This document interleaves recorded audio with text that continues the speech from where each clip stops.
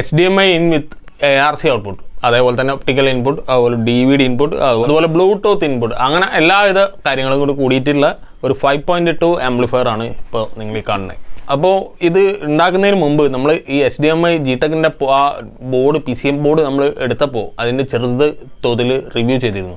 അന്നത് ചെക്ക് ചെയ്ത് കാണിച്ചില്ല, അത് ഫിറ്റ് ചെയ്തില്ലായിരുന്നു. അപ്പോൾ അതുകൊണ്ട് ചെക്ക് ചെയ്യാതെ കാണിക്കാൻ പറ്റിയില്ല.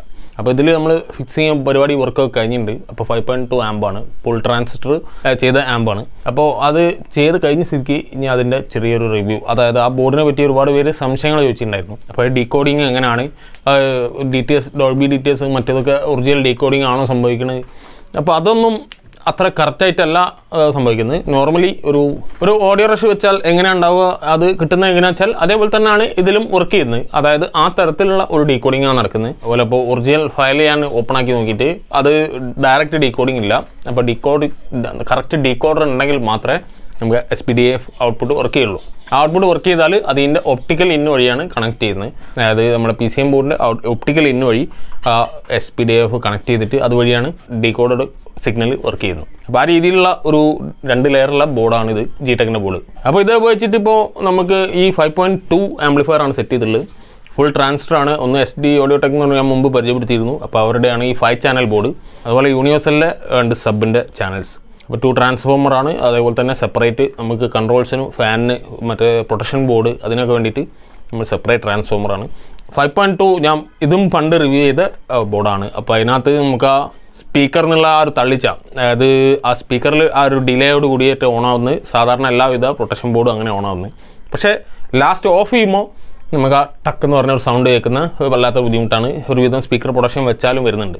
അപ്പോൾ അതെല്ലാം ഇതിൽ വളരെ ക്ലിയർ ആണ്, നല്ല ക്ലീൻ ആയിട്ടാണ് ഓഫ് ആവുന്നത്. പിന്നെ ഔട്ട്പുട്ട് 5.2 മൊത്തത്തിൽ ബാലൻസ് ഔട്ട് ആയത്. അതേപോലെ നമുക്ക് എക്സ്ട്രാ കുറച്ച് മാനുവൽ, അതായത് എൻ്റെ വകയായിട്ടുള്ള കുറച്ച് ഇൻപുട്ടും കൺട്രോൾസും കാര്യങ്ങളൊക്കെ അതിൻ്റെ ബാക്കിൽ കണക്ട് ചെയ്തിട്ടുണ്ട്.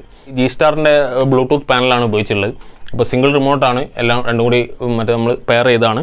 അപ്പോൾ നമുക്ക് ഒറ്റ സിംഗിൾ റിമോട്ടിൽ രണ്ടും വർക്ക് ചെയ്യും. അത് നിങ്ങൾക്ക് ചെയ്യാൻ അറിയാലോ. അതായത് നമ്മൾ IRൻ്റെ കണക്ഷൻ മാറ്റി കൊടുത്താൽ നമുക്ക് സിംഗിൾ റിമോട്ടിൽ ബ്ലൂടൂത്ത് പാനലും കൺട്രോൾ ചെയ്യാം. അപ്പോൾ ഇപ്പം ഞാനിത് ബ്ലൂടൂത്തിൽ കണക്ട് ചെയ്ത് വെച്ചിട്ടുണ്ട്. ഇവിടെ നിങ്ങൾക്ക് ഡിസ്പ്ലേ കാണാം. അപ്പോൾ അതിനകത്ത് നമ്മൾ ജസ്റ്റ് ഒന്ന് പ്ലേ ചെയ്ത് ഒന്ന് ചെക്ക് ചെയ്യാം.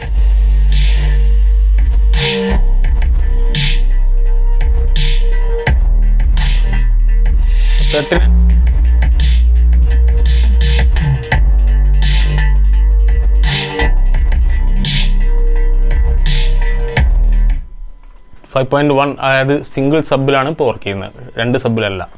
അപ്പോൾ സിംഗിൾ സബിലുള്ള എഫക്റ്റ് നിങ്ങൾക്ക് എങ്ങനെയാണ് കിട്ടുന്നത് എന്നുള്ളത് നിങ്ങൾ ഒന്ന് കമൻറ്റ് ചെയ്യുക. അപ്പോൾ 2 സബിൽ എങ്ങനെ ഉണ്ടാവും എന്നുള്ളത് ഒന്ന് ഊഹിക്കുക. നല്ല എക്സ്പീരിയൻസ് ആയിരിക്കും.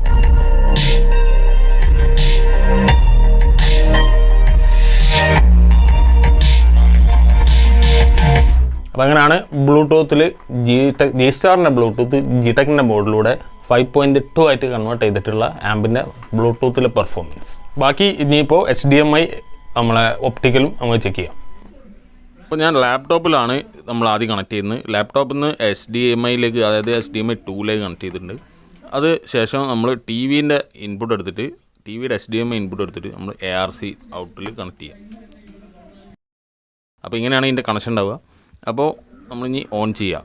അപ്പോൾ ഓൺ ആകുമ്പോഴുള്ള സൗണ്ട് നിങ്ങൾ ശ്രദ്ധിച്ച് നോക്കുക. ഇപ്പോൾ ഓണായിട്ടുണ്ട്. ഇപ്പോൾ റിലേ ഓണായിട്ടുണ്ട്. ഓൺ ചെയ്യാതെ ഓഫിൽ കണക്ട് ചെയ്യണം. ഓണിൽ കണക്ട് ചെയ്തത് ഞാൻ മുമ്പ് പറഞ്ഞിട്ടുണ്ട്. അപ്പോൾ ഓൺ ചെയ്തതിന് ശേഷം നമ്മൾ ഇതുപോലെ TV ഓൺ ചെയ്താൽ നമുക്ക് സെയിം ഡിസ്പ്ലേ രണ്ടിലും കാണാം. അപ്പോൾ അതിൻ്റെ അർത്ഥം നമ്മൾ കണക്റ്റഡ് ആയി എന്നാണ് അർത്ഥം. ഇപ്പോൾ വോളിയം 35 വെച്ചിട്ടുണ്ട്. നമ്മളിപ്പോൾ ഇൻപുട്ട് സെലക്ട് ചെയ്തിട്ടുണ്ട്. അതായത് HDMI 2ൽ നിങ്ങൾക്ക് കാണാം.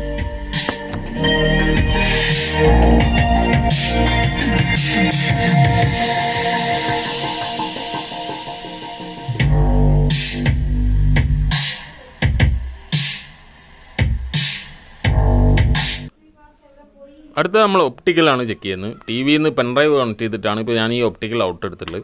അപ്പോൾ അത് നമ്മൾ ഒപ്റ്റിക്കൽ ഇൻപുട്ട് കൊടുത്ത് നമ്മളിവിടെ ഫ്രണ്ടിൽ റിമോട്ടിൽ ആ ബട്ടണിൽ നമ്മൾ ഒപ്റ്റിക്കൽ സെലക്ട് ചെയ്യാം. നോക്കുക, ജസ്റ്റ് വോളിയം.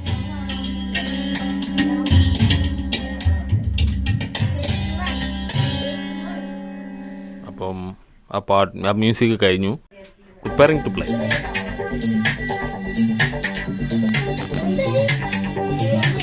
അപ്പം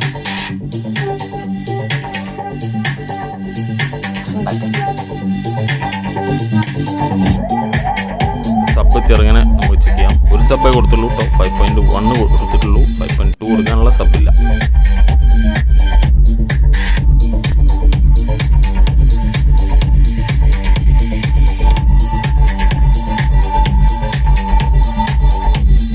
അപ്പോൾ ഈ ബോർഡ് എടുക്കണം, അങ്ങനെ ചെയ്യണം, ഇത് നല്ലതാണ്, അങ്ങനെ റെക്കമെൻഡേഷൻ ഒന്നല്ല, ജസ്റ്റ് ഞാൻ ഉപയോഗിക്കുന്ന ഒരു ബോർഡ് ഞാൻ നിങ്ങൾക്ക് പരിചയപ്പെടുത്തിയാണ്. നിങ്ങൾക്ക് താല്പര്യമുള്ളവർക്ക് ഞാൻ ഇപ്പോൾ പറഞ്ഞ താഴെ ഡിസ്ക്രിപ്ഷൻ ബോക്സിൽ നമ്പർ കൊടുത്തിട്ടുണ്ട്, അതിൽ കോൺടാക്ട് ചെയ്തിട്ട് നിങ്ങൾക്ക് വാങ്ങാം. അതല്ലെങ്കിൽ പറഞ്ഞ പോലെ വെബ്സൈറ്റിന് ഡയറക്റ്റ് നിങ്ങളുടെ ഇഷ്ടം പോലെ വാങ്ങാം. അപ്പോൾ നമുക്ക് ആ ഫോളോ അപ്പ് കിട്ടണം, അതായത് അവരുടെ കോൺടാക്റ്റ് നിങ്ങൾ സാധനം പർച്ചേസ് ചെയ്യുമ്പോൾ നിങ്ങൾക്ക് വല്ല വാട്സപ്പോ കോൾ ചെയ്യാനുള്ള ഓപ്ഷൻ നിങ്ങൾ നിർബന്ധമായിട്ടും ചോദിച്ചു വാങ്ങുക. കാരണം അതിനകത്ത് ഒരുപാട് കാര്യങ്ങൾ നമ്മൾ അതിനകത്ത് കുറച്ച് ഡിഫോൾട്ടായിട്ട് ഉള്ള രൂപത്തിൽ നമുക്കെല്ലാം ഫംഗ്ഷൻ ഉപയോഗിക്കാൻ കഴിയില്ല. അപ്പോൾ നമ്മൾ ചെയ്യാൻ വേണ്ടിയിട്ട് നമ്മൾ അവരെ കോൺടാക്ട് ചെയ്തിട്ട് ഡീൽ ചെയ്യണം. അപ്പോൾ അതങ്ങനെ ഇനിയിപ്പോൾ വരുന്ന പുതിയ അപ്ഡേറ്റ് ആവുന്ന ബോർഡുകൾക്ക് അതൊക്കെ ക്ലിയർ ആയിട്ട് വരുന്നതായിരിക്കും. അപ്പോൾ ചിലപ്പോൾ അതിൻ്റെ ആവശ്യം വരലുണ്ടാവില്ല, ഇതിൽ അങ്ങനെ ഒരു ആവശ്യം വരണ്ടായി. അപ്പോൾ അതുകൊണ്ട് അതായത് അവരുടെ കോൺടാക്റ്റ് നിങ്ങൾ കയ്യിൽ വെച്ചിട്ട് വേണം ഈ ബോർഡ് വാങ്ങാൻ. ഇപ്പോൾ ഞാൻ വാങ്ങുന്നത് നമ്മളെ സ്റ്റാർ എന്നാകുമ്പോൾ നമുക്ക് അവരെ കോൺടാക്ട് ചെയ്യാം, അപ്പോൾ അവർ കാര്യങ്ങളൊക്കെ ഡീൽ ചെയ്ത് തരും. അപ്പോൾ വീഡിയോ യൂസ്ഫുൾ ആണെങ്കിൽ ലൈക്ക് ചെയ്യുക, ഷെയർ ചെയ്യുക, സബ്സ്ക്രൈബ് ചെയ്യുക, കമൻറ്റ് ചെയ്യുക, അഭിപ്രായങ്ങൾ കമൻറ്റ് ചെയ്യുക. അടുത്ത വീഡിയോയിൽ കാണാം.